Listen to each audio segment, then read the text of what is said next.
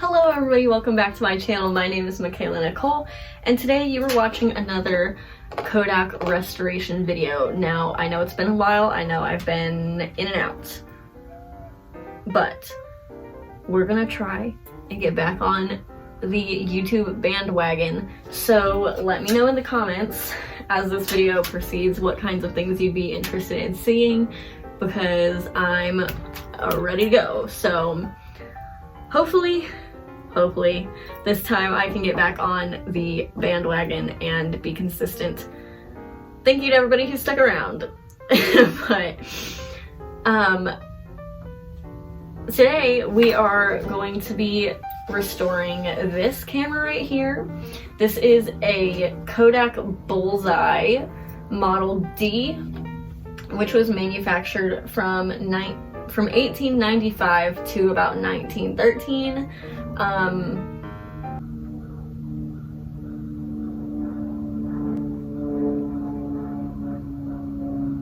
So this is a Kodak Bullseye, and it would have been manufactured between 1895 and 1913-ish. This camera was very generously gifted to me by a viewer. Hopefully he is seeing this.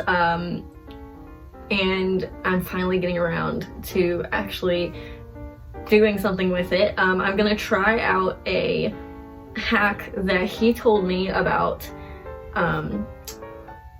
restoring the damage that's on these kinds of cameras. So that's what this video is gonna be about, is a regular old restoration, but we're gonna be trying a new hack. So let me get you in closer so that you can see this camera and see all the things going on with it, and then we'll get started.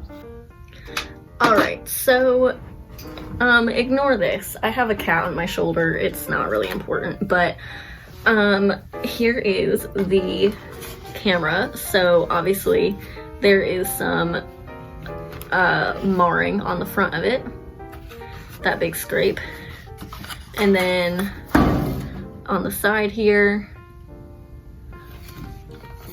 the back, and the other side. Bottom is also pretty scraped up, and the handle is pretty screwed, but we're not too bad on the top. So let's get started. Okay, I needed some more room. So let us get started. Starting off, of course, as per usual, with my trusted old friend here, the Armor All Leather Care Wipe. I've told you guys in the past that I really like using these. I just think that they do a good job of getting all of the dust and crust out of these cameras without doing too much damage. But you do have to be careful, because sometimes the dye on these cameras will start to come off, which is just amazing and wonderful, but true.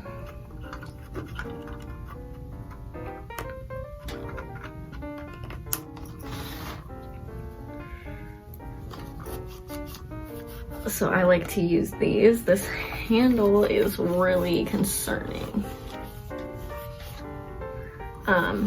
just because it is starting to fall apart.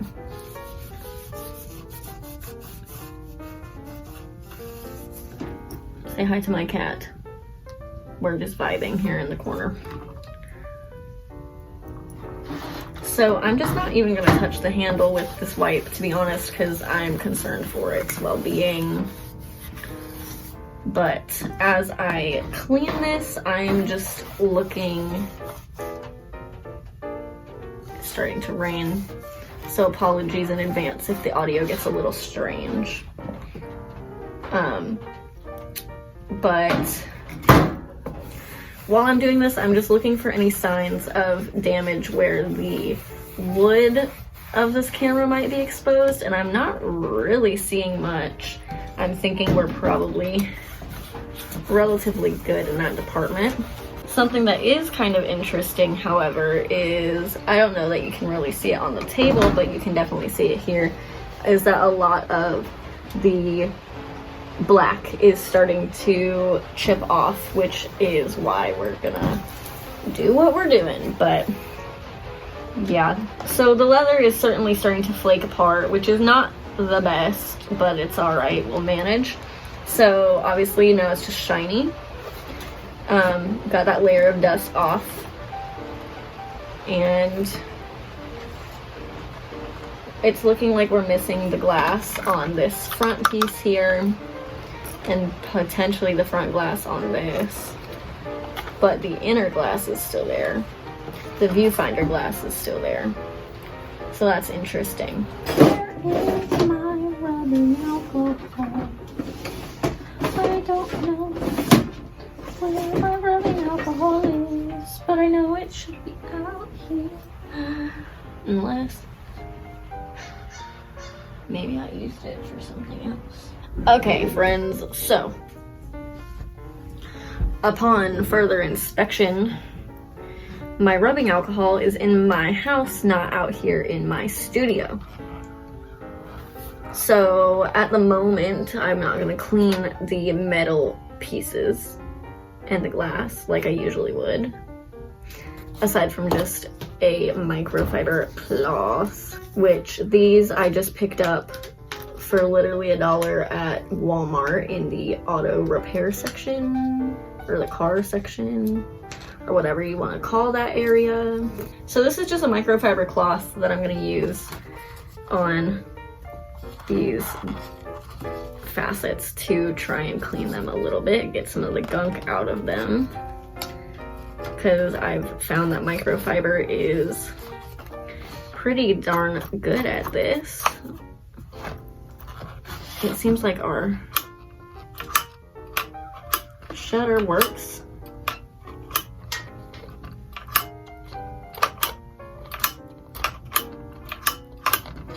So that's nice.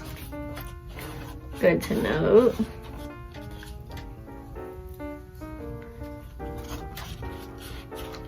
And this little bit, the film winding key, which was full of dirt, is not as rusty as I thought it was. It's just a little bit gnarly looking looks wise, but it's really pretty fine. Okay, so here's where we get to the kind of scary part. So usually I would have cleaned out these parts, the metal parts, earlier with rubbing alcohol. That would be one of the first things I do after I cleaned it with the wet wipe. However, it cleaned up really cleanly, really nicely. And those are just pretty dusty, so the rubbing alcohol will take care of that when the time comes. But in hindsight, there goes the cat.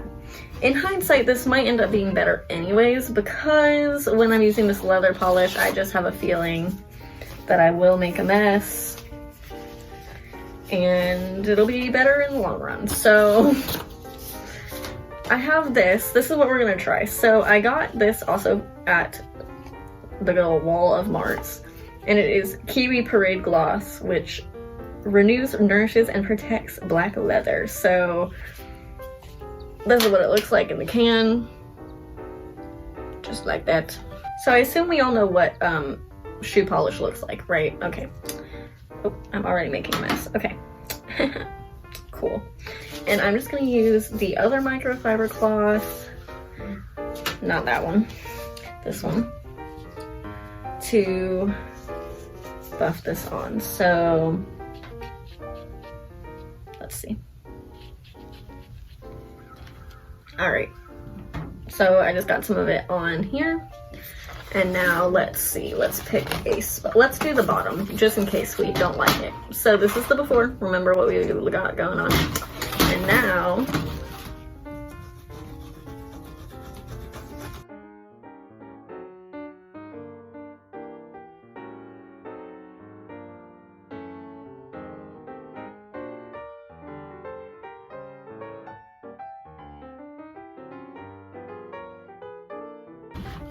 So I'm kind of trying a different method. I'm taking kind of like globs of it, of the shoe polish, and filling in the holes, if that kind of makes sense. Now we gotta let it dry, which I assume means stop touching it, but let me just show you. This is where we're at now. So now we just let it dry, I suppose. Maybe I shouldn't have picked the bottom because I don't want to keep scratching these pieces. So we'll put it in the box of gloves. Yep. Okay, I'll be back once this is dry. Okay, so we're back, and I'm pretty positive that this is dry. So I'm gonna take, this is probably not what you're supposed to use, but I'm gonna take a paper towel and I'm just gonna take a piece of this paper towel and use it to buff this. So this is what it's looking like right now.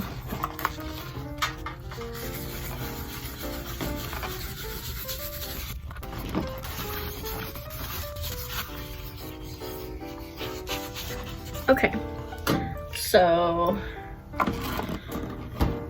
that's pretty shiny when you compare that to like, well, no, maybe they're about the same. But it definitely helped get rid of some of those marks. I mean, I know that you can still see them, but I'm thinking they're, well, they're certainly less prominent. Definitely less prominent, but still not perfect. So now I'm thinking, what if we tried painting them? So let me find a sacrificial paintbrush here. This is just a angled brush. I get these in like thick English, in bulk packs at Walmart because I use them for so much. So I'm just gonna take the same shoe polish here and try picking. I'm just really gonna pack this paintbrush here. Okay, so that's really loaded, and I'm going to try to really fill in these spots, which I know is not how you're supposed to use shoe polish, okay, but this is a test. We're learning, okay?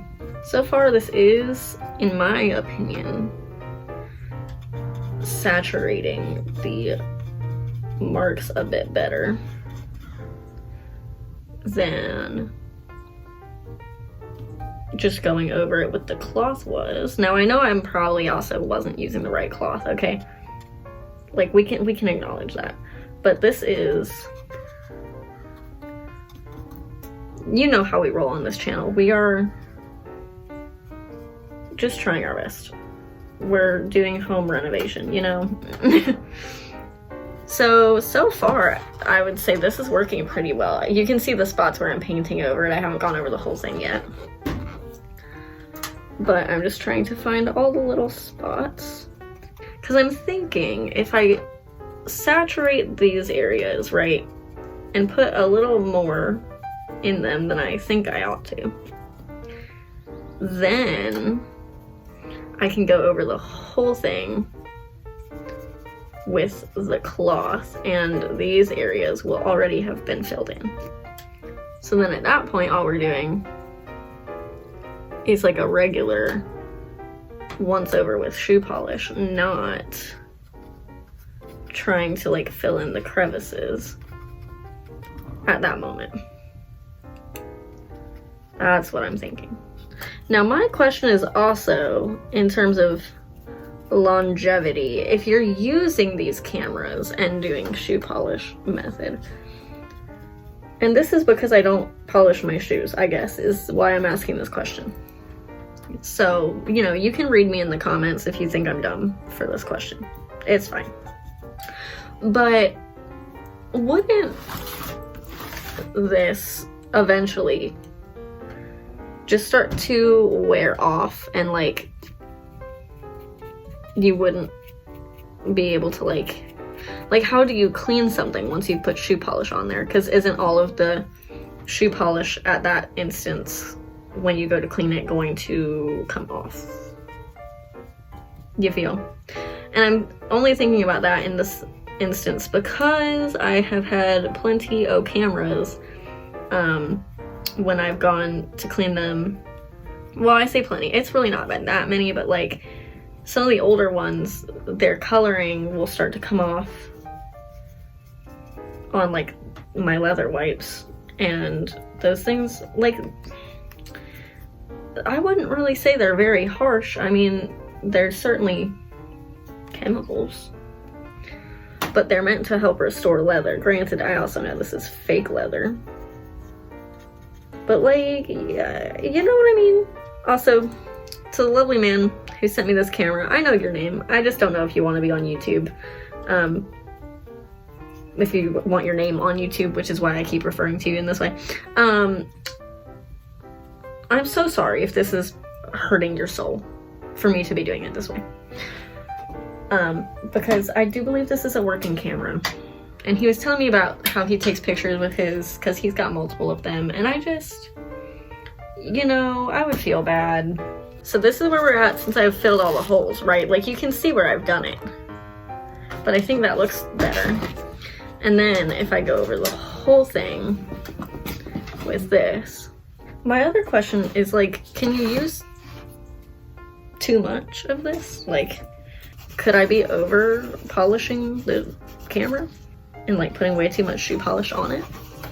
Probably, but once again, this channel is not for people who necessarily completely know what we're doing.